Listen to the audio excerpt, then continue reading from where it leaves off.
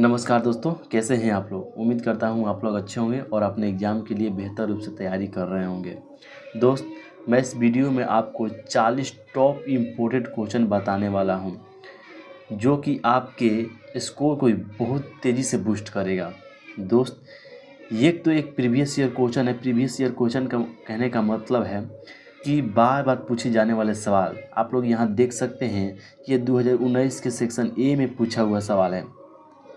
ऐसे कई सारे क्वेश्चन हैं, आप लोग देख सकते हैं। ये भी क्वेश्चन जो है 2019 के ए में पूछा हुआ सवाल है, और सारे क्वेश्चन हैं ये 2020 के सेक्शन ए में पूछा हुआ सवाल है। और कुछ ऐसे प्रश्न भी हैं दोस्त, जो हमारे द्वारा इंक्लूड किए गए हैं, जैसे कंद किसका रूपांतरण है। तो ये हमारे द्वारा इंक्लूड किया गया है, क्योंकि हमें ऐसा लगता है कि ये भी क्वेश्चन पूछ सकता है, क्योंकि रात दिन हमें पढ़ाने के बाद हमें भी आभास हो जाता है कि ये बोर्ड एग्ज़ाम ये प्रश्न पूछ सकता है।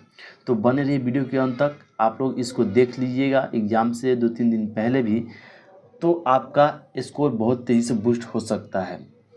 तो चलिए क्वेश्चन की शुरुआत करते हैं और वीडियो के अंत तक बनिए रहिएगा। अगर इस चैनल पर नए हैं तो चैनल सब्सक्राइब कर लीजिए, वीडियो को लाइक करके एक शेयर कर दीजिएगा, ठीक है। तो चलिए क्वेश्चन की ओर हम लोग बढ़ते हैं। पहला क्वेश्चन है दोस्त, ईस्ट में प्रजनन मुख्यतः किसके माध्यम से होता है। देखिए बीसीएबी 2019 सेक्शन ए का सवाल है। इसका सही आंसर हो जाएगा दोस्त मुकुलन। मुकुलन इसका सही आंसर हो जाएगा दोस्त। एक आता है हाइड्रा, वही मुकुलन प्रजनन द्वारा अपनी प्रजनन को वृद्धि करता है, अपने संतान को उत्पत्ति करता है। उसका स्ट्रक्चर कुछ ऐसे प्रकार का हो जाएगा, ठीक है, कुछ ऐसे प्रकार का होता है। इसमें क्या होता है कि इसके शरीर से एक उभार उत्पन्न होता है।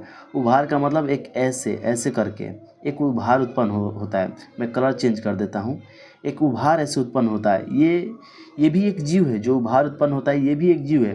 कुछ समय के बाद इससे स्वतंत्र हो जाता है और इसके ही जैसे समान रूप से एक अपनी संरचना बना लेता है, जिसे हम मुकुलन कहते हैं। जो ये निकल रहा था ये जो निकल रहा था इसे मुकुल कहते हैं बर्ड, और जो निकल के बाहर आ जाता है ना, उसे हम कहते हैं मुकुलन, ठीक है। तो यही ऑप्शन नंबर ए इसका सही आंसर हो जाएगा। बढ़ते हैं हम लोग नेक्स्ट क्वेश्चन की ओर। उम्मीद करता हूँ ये आप लोग समझ गए होंगे। नेक्स्ट क्वेश्चन है, युग्मक सामान्यतः एम किस प्रकार के होते हैं। तो देखिए युग्मक जो होते हैं सामान्यतः एक गुणकीय होते हैं। कैसे होते हैं? एक गुणकीय होते हैं, ठीक है। लिखने में नहीं बन रहा है, लेकिन इसका आंसर एक गुणकीय यानी हैप्लॉइड इसका आंसर हो जाएगा। ऑप्शन नंबर ए इसका सही आंसर हो जाएगा। ये सारे के सारे क्वेश्चन इंपॉर्टेंट है दोस्त, इसे भूल कर भी इसे स्किप मत कीजिएगा। अगला क्वेश्चन है, निम्नलिखित में से किसमें पादप काय अगुणित होता है। अभी हम लोगों ने ऊपर की ओर देखा था, जैसे कि यहाँ पर आप लोग देख सकते हैं एक गुणित मैंने कहा था। तो इसका जो आंसर हो जाएगा दोस्त, इसका आंसर डी हो जाएगा, क्योंकि शैवाल भी अगुणित है, कवक भी एक अगुणित है, और ब्रायोफाइटा भी एक अगुणित है। तीनों ऑप्शन तीनों जो ऑप्शन है वो सही है, इसलिए इसका आंसर हो जाएगा option number D. Next question है दोस्त, कह रहा है अदरक में कायिक प्रवर्धन किसके द्वारा होता है। देखिए अदरक में जो कायिक प्रवर्धन होता है वो राइजोम में होता है, कायिक प्रवर्धन, ठीक है। इसका ए सही आंसर हो जाएगा। ये सारे के सारे आप देख सकते हैं। ये क्वेश्चन जो है 2020 में भी पूछा हुआ है, वो 2019 में 2020-19 के सारे बहुत सारे क्वेश्चन हैं। आप लोग वीडियो को सिर्फ अंत तक बनी रहेगा बिना स्किप किए हुए दोस्त। देखिए ये हमारे द्वारा जो क्वेश्चन इंक्लूड किया गया है, क्वेश्चन है दोस्त, कंद किसके रूपांतरण है। तो कंद जो रूपांतरण वो जड़ का है। ये सारे के सारे क्वेश्चन पूछा हुआ है। नेक्स्ट क्वेश्चन है, काजू निम्नांकित में से कैसा फल कहलाता है। तो काजू एक जो है दो नट है, उसे नट कहते हैं, ठीक है। नट की श्रेणी में ये काजू आता है। उम्मीद करता हूँ ये भी आपको समझ में आ गया होगा। अगला क्वेश्चन है 7 नंबर क्वेश्चन, नेम्यूल्स निर्माण किसमें होता है। क्या आप लोग बता सकते हैं कमेंट के माध्यम से। देखिए नेम्यूल्स जो निर्माण होता है ना, वो स्पंज में होता है। स्पंज आप लोग खाएं ना, वही उसमें होता है, ठीक है। आगे बढ़ते हैं हम लोग। नेक्स्ट क्वेश्चन है, देखिए ये क्वेश्चन बहुत शानदार क्वेश्चन है, इसको आप लोग हो सके तो करके ही जाइएगा, ठीक है। मैं बार बार कह रहा हूँ कि एग्ज़ाम से 10 दिन पहले या 5 दिन पहले भी आप लोग देख लीजिएगा, तो आपका स्कोर बहुत तेज़ी से बूस्ट होगा, यकीन मानिए आप लोग, ठीक है। तो इसका देखिए हम पढ़ते हैं क्वेश्चन। कह रहा है 124 शुक्राणुओं के निर्माण में कितने अर्धसूत्र विभाजन की आवश्यकता होती है। तो 62। कितने आंसर हो जाएगा? 62 इसका सही आंसर हो जाएगा। नेक्स्ट क्वेश्चन पढ़ते हैं। कह रहा है केचुए प्राणी है, ठीक है, केचुए प्राणी है, कैसा प्राणी है? देखिए दोस्तों, उसका जो आंसर होगा इसका 62 नहीं होगा दोस्तों, इसका आंसर 31 हो जाएगा, ठीक है, इसका आंसर 31 हो जाएगा। नेक्स्ट क्वेश्चन की ओर हम लोग बढ़ते हैं। क्वेश्चन है दोस्त, केचुए प्राणी है, तो केचुए एक कैसा प्राणी है? क्या एक लिंगी है या द्विलिंगी है या अलिंगी है या नपुंसक है? तो देखिए केचुए जो जिस श्रेणी में आता है वो द्विलिंगी श्रेणी है, ये द्विलिंगी श्रेणी में आता है, ठीक है। नेक्स्ट क्वेश्चन की ओर हम लोग बढ़ते हैं। अगला क्वेश्चन है दोस्त, इनमें से कौन सा भाग अगुणित है? देखिए फिर से ये क्वेश्चन आ गया, वो इंग्लिश में था, ये थोड़ा हिंदी में है, ठीक है। निम्नलिखित तो कौन सा जो है अगुणित है? तो मैं आपको बता देना चाहूँ तो अगुणित जो है वो पराग है, ये फूल का एक भाग होता है। आप लोग को अगर इस पर भी वीडियो चाहिए तो कमेंट कीजिए, हम लोग फूल का भी स्ट्रक्चर बना के, ये परागकोश क्या होता है, अंडाकोश क्या होता है, ये परागन क्या होता है, ये सारे के सारे मैं बता दूंगा। आप लोग कमेंट सिर्फ कीजिएगा कि आपको चाहिए या ना चाहिए, ठीक है। अगला क्वेश्चन है 11 नंबर, इनमें किसे बंगाल का आवंक कहा जाता है? तो देखिए जलकुंभी को बंगाल का आतंक कहा जाता है, ठीक है, क्या कहा जाता है? आतंक कहा जाता है, तो इसका जलकुंभी सही आंसर हो जाएगा दोस्त। मैं फिर से कहना चाहता हूँ, अगर इस चैनल पर आप नए हैं तो फिर चैनल सब्सक्राइब कर लीजिए और वीडियो को लाइक कर दीजिए, ये हमारे चैनल का नाम है, ठीक है। नेक्स्ट क्वेश्चन की ओर बढ़ते हैं हम लोग। अगला क्वेश्चन है, इनमें कौन ठहरे हुए पानी में उगकर ऑक्सीजन खींच लेता है? तो जलकुंभी, हम लोग जलकोभी बोलते हैं इसको, अपने भाषा में जलकोभी बोलते हैं, हरा हरा होता है, तो जलकुंभी इसका सही आंसर हो जाएगा। अपने भाषा में क्या कहते हैं आप लोग अपने कमेंट में बताइएगा, आपके गांव शहर में से क्या हम लोग जानते हैं। अगला क्वेश्चन है, कह रहा है जब नर और मादा गैमीट में युग्मक होता है तब यह कहलाता है, क्या कहलाता है? तब यह कहलाता है लैंगिक जनन। क्या कहलाता है? लैंगिक जनन। याद रखिएगा, अलैंगिक मत मारिए, गलत हो जाएगा, ठीक है, मारिए लैंगिक जनन, जिसमें एक नर और एक मादा की आवश्यकता होती है संतान उत्पत्ति करने के लिए, ठीक है। आगे बढ़ते हैं हम लोग। नेक्स्ट क्वेश्चन है दोस्त, मध चक्र पाई जाती है, किसमें पाई जाती है मध चक्र? तो देखिए गाय में भी मध चक्र पाया जाता है और भेड़ में भी मध चक्र पाया जाता है और कुत्ता में भी मध चक्र पाया जाता है, तो इसलिए इसका आंसर जो हो जाएगा दोस्त वो हो जाएगा, इनमें से सभी आंसर हो जाएगा। नेक्स्ट हम बढ़ते हैं। नेक्स्ट क्वेश्चन है, उच्च श्रेणी के पौधों में निषेचन होता है, तो इसका जो सही आंसर हो जाएगा दोस्त वो हो जाएगा आंतरिक। उच्च श्रेणी जो पौधे होते हैं उसमें निषेचन जो होता है आंतरिक रूप से होता है, और जो मानव होता है उसमें निषेचन प्रक्रिया जो होती है वो बाह्यतम होता है, ये भी आप लोग याद रखिएगा। जल में मछली वगैरह आ जाएंगे, ठीक है, हवा में जीवाणु कई सारे हैं, वायरस हैं, वो सब आ जाएंगे, ठीक है, जीवाणु वगैरह आ जाएंगे, तो आप लोग ये भी ध्यान रखिएगा। सल्क कंद जिसे हम बल्ब कहते हैं का उदाहरण है, तो इसका सही आंसर दूध घास का एक उदाहरण है, इसका बी सही आंसर हो जाएगा, ठीक है।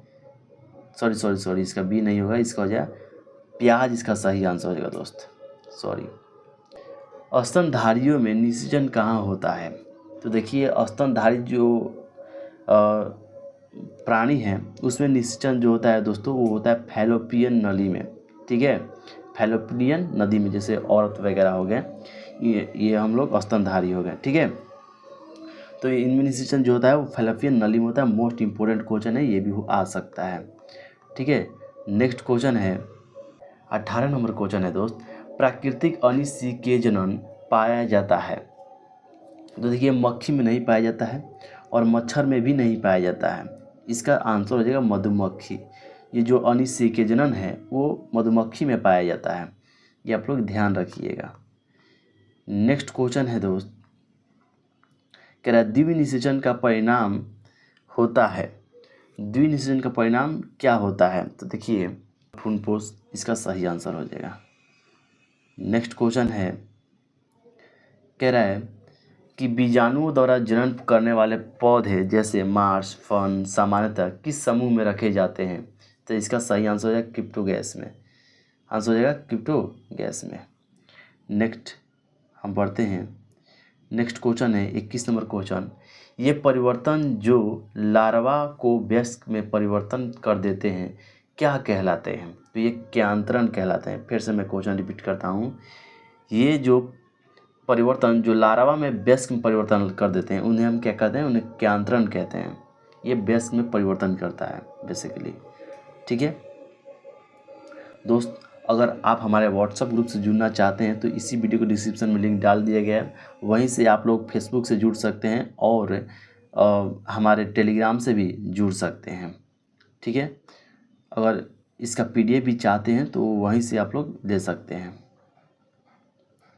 नेक्स्ट क्वेश्चन है दोस्त, भ्रूण पोष में कितने क्रोमोसोम होते हैं? तो देखिए जो क्रोमोसोम होते हैं वो 3n होते हैं। कितने? 3n। ये आप लोग याद रखिए, क्वेश्चन हो सकता है इस शिफ्ट में जरूर पूछेगा। देखिए पहला शिफ्ट में मुझे लगता है ये क्वेश्चन पूछ सकता है। नेक्स्ट क्वेश्चन है, जब संतति की उत्पत्ति एकल जनक द्वारा होती है तब यह क्या कहलाता है? देखिए इसका जो आंसर होगा अलैंगिक जनक हो जाएगा। ठीक है, लैंगिक नहीं होगा, अलैंगिक हो जाएगा। ठीक है, असेक्सुअल। ठीक है, आगे बढ़ते हैं हम लोग। नेक्स्ट क्वेश्चन है दोस्त 24 नंबर क्वेश्चन है। इनमें से कौन सा नर युग्मक से संयोजन कर भ्रूण पोष बनाता है? ठीक है, मैं फिर से रिपीट कर देता हूँ क्वेश्चन को। इनमें से कौन नर युग्मक से संयोजन कर भ्रूण पोष बनाता है? इसका सही आंसर हो जाएगा दोस्त द्वितीयक केंद्रक। ठीक है, इसका सही आंसर हो जाएगा। नेक्स्ट क्वेश्चन है, कह रहा है कि स्तनधारी के शुक्राणु के मध्य भाग में क्या पाया जाता है? तो मैं आपको बता दूं कि स्तनधारी के शुक्राणु के मध्य में जो पाया जाता है वो माइटोकॉन्ड्रिया पाया जाता है। ठीक है, इंपॉर्टेंट क्वेश्चन है, 2009 में पूछ चुका है। अब हम अगले क्वेश्चन की ओर बढ़ते हैं। अगला क्वेश्चन है, चमगादड़ द्वारा परागण कहलाता है। चमगादड़ द्वारा जो परागण होता है वो कहलाता है क्रिप्टोरोफिली। क्या? क्रिप्टेरोफिली। इसका सही आंसर हो जाएगा। नेक्स्ट क्वेश्चन है, जनक समान जीव प्राप्त हो सकता है? तो देखिए बीज से तो प्राप्त नहीं हो सकता, न युग्मक से और न ही युग्मकों से। ये प्राप्त होता है विखंडन से। क्या आपको याद रहेगा? तो हाँ, याद रहेगा। नेक्स्ट क्वेश्चन है 28 नंबर, द्विविखंडन किसमें पाया जाता है? तो द्विविखंडन अमीबा और पैरामीशियम दोनों में पाया जाता है, तो इसका सही आंसर हो जाएगा। नेक्स्ट क्वेश्चन की ओर बढ़ते हैं हम लोग। कह रहा है कि मुकुलन जिसे हम बडिंग कहते हैं द्वारा प्रजनन किस में होता है? तो मैंने बताया था कि ये ईस्ट और हाइड्रा दोनों में होता है।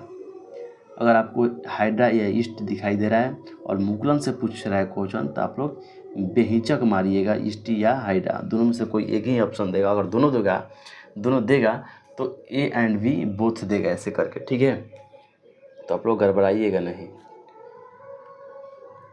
नेक्स्ट क्वेश्चन है, जलकुंभी 65,000 से अधिक पौधे किस माह में उत्पन्न कर सकता है? तो ये 6 माह में उत्पन्न कर सकता है। ये इसकी सक्षमता है, इसलिए अपने क्षमता रखता है। नेक्स्ट क्वेश्चन की ओर बढ़ते हैं हम लोग। अगला क्वेश्चन है, इनमें कौन केवल एक बार अपने जीवन काल में पुष्प पैदा करता है? तो देखिए आम एक ऐसा पेड़ या पौधा बोलिए है जो जीवन में केवल एक बार पुष्प पैदा करता है। ठीक है, तो हम बढ़ते हैं आगे की ओर। क्वेश्चन है, ऋतुनाव चक्र किस में पाया जाता है? तो ऋतुनाव चक्र ये तो मानव में ही पाया जाता है, बंदर में भी पाया जाता है और चिंपैंजी में भी पाया जाता है। तो इसका आंसर हो जाएगा इनमें से सभी, यानी डी इसका सही आंसर हो जाएगा। नेक्स्ट क्वेश्चन है, मनुष्य के युग्म को जिसे हम गेट कहते हैं गुणसूत्रों की संख्या होती है। तो आप लोग को पता है कि 23 जोड़ा, अगर जोड़ी की बात करें तो 23 जोड़ा, अगर ऐसे ही पूछ देगा तो 46 होते हैं। तो हमें गुणसूत्र की संख्या पूछ रहा है तो कितने होते हैं? 46 होते हैं। जोड़े में पूछेगा तो 23। ठीक है, तो इसका डी आंसर हो जाएगा 46। नेक्स्ट क्वेश्चन है, इनमें कौन अंडप्रजक प्राणी है? तो देखिए मुर्गी क्या है, एक अंडप्रजक प्राणी है। सांप भी क्या है, अंडा देता है। मगरमच्छ भी अंडा देता है, ये आप लोग याद रखिएगा। ये आप लोग को नहीं मालूम है, मैं जानता हूँ, लेकिन मगरमच्छ भी अंडा देता है। सो इसका सही आंसर हो जाएगा D, option number D answer हो जाएगा। नेक्स्ट क्वेश्चन है, ये तो वही क्वेश्चन रिपीट हो चुका है, ठीक है। गुणसूत्रों की कितनी संख्या होती है, क्या आप लोग बता सकते हैं? तो हाँ बता सकते हैं, 46 होता है। ये 23 जोड़ी होते हैं। नेक्स्ट क्वेश्चन है 34 नंबर, कह रहा है कि इनमें से कौन से, ये तो क्वेश्चन रिपीट हो गया है ना। जब निषेचन जीव के शरीर के बाह्यतम होता है तब उसे क्या कहते हैं? क्या आप लोग इसका आंसर बता सकते हैं? चलिए मैं बता देता हूँ। तो बाह्य निषेचन होता है, ठीक है, उसे बाह्य निषेचन कहते हैं। हो सकता है ये क्वेश्चन आपको समझ में आ गया हो। आगे की ओर बढ़ते हैं हम लोग। 36 नंबर क्वेश्चन कह रहा है कि युग्मक स्थानांतर हो सकता है। तो युग्मक स्थानांतर किस में हो सकता है? आपके ऑप्शन दिए गए हैं, जल द्वारा, वायु द्वारा, हवा द्वारा। तो देखिए इनमें सभी द्वारा ये जो युग्मक है स्थानांतर हो सकता है, सभी के द्वारा, ठीक है। तो ये सभी कारक हो सकते हैं। नेक्स्ट क्वेश्चन है, निम्न में से किस में बाह्यतम निषेचन होता है? तो आपके ऑप्शन दिए गए, मेढक, हिरण, मनुष्य, घोंघा। तो देखिए जो बाह्यतम निषेचन होते हैं वो मेढक में होता है, तो इसका ये सही आंसर हो जाएगा। इनमें किस में जल माध्यम से निषेचन होता है? जल के माध्यम से इनमें से किस में निषेचन होता है? तो देखिए शैवाल में भी जल के माध्यम से निषेचन होता है, टेरिडोफाइटा में भी और बायोफाइटा में। तो इसलिए इसका आंसर सही हो जाएगा इनमें से सभी। अगला क्वेश्चन है, निम्न से कौन सा उभयलिंग पादप नहीं है? तो सरसों क्या है, एक उभयलिंग पादप है? नहीं। मक्का क्या है, उभयलिंग है? ये भी नहीं हो सकता। गुड़हल का फूल भी नहीं हो सकता। इसका सही आंसर है पपीता, यह एक उभयलिंग पादप है। आगे बढ़ते हैं हम लोग। अगला क्वेश्चन है, अगेव में वर्धी प्रजनन होता है। इसका सही आंसर हो जाएगा ए, बुलबिल द्वारा। नेक्स्ट क्वेश्चन है दोस्त, निम्नलिखित में से कौन सा जंतु उभयलिंग नहीं है? तो देखते हैं, क्या जो कि उभयलिंग है? बिल्कुल नहीं है। केंचुआ उभयलिंग है? नहीं। फीता, ये भी नहीं है। घरेलू मक्खी, हाँ ये एक उभयलिंग है। तो ये इसका सही आंसर, डी इसका सही आंसर हो जाएगा दोस्त, डी सही आंसर है। 42 नंबर एंड लास्ट क्वेश्चन है दोस्तों, कह रहा है शरीर के बाहर होने वाले निषेचन को क्या कहते हैं? इसका आंसर आप लोग हमें कमेंट में बताइएगा। देखिए 2017 के ए में पूछा है, 2017 के सेक्शन बी में भी पूछ चुका है, ठीक है। तो इसका आंसर आप लोग कमेंट के माध्यम से बताइएगा। मिलते हैं नेक्स्ट वीडियो में।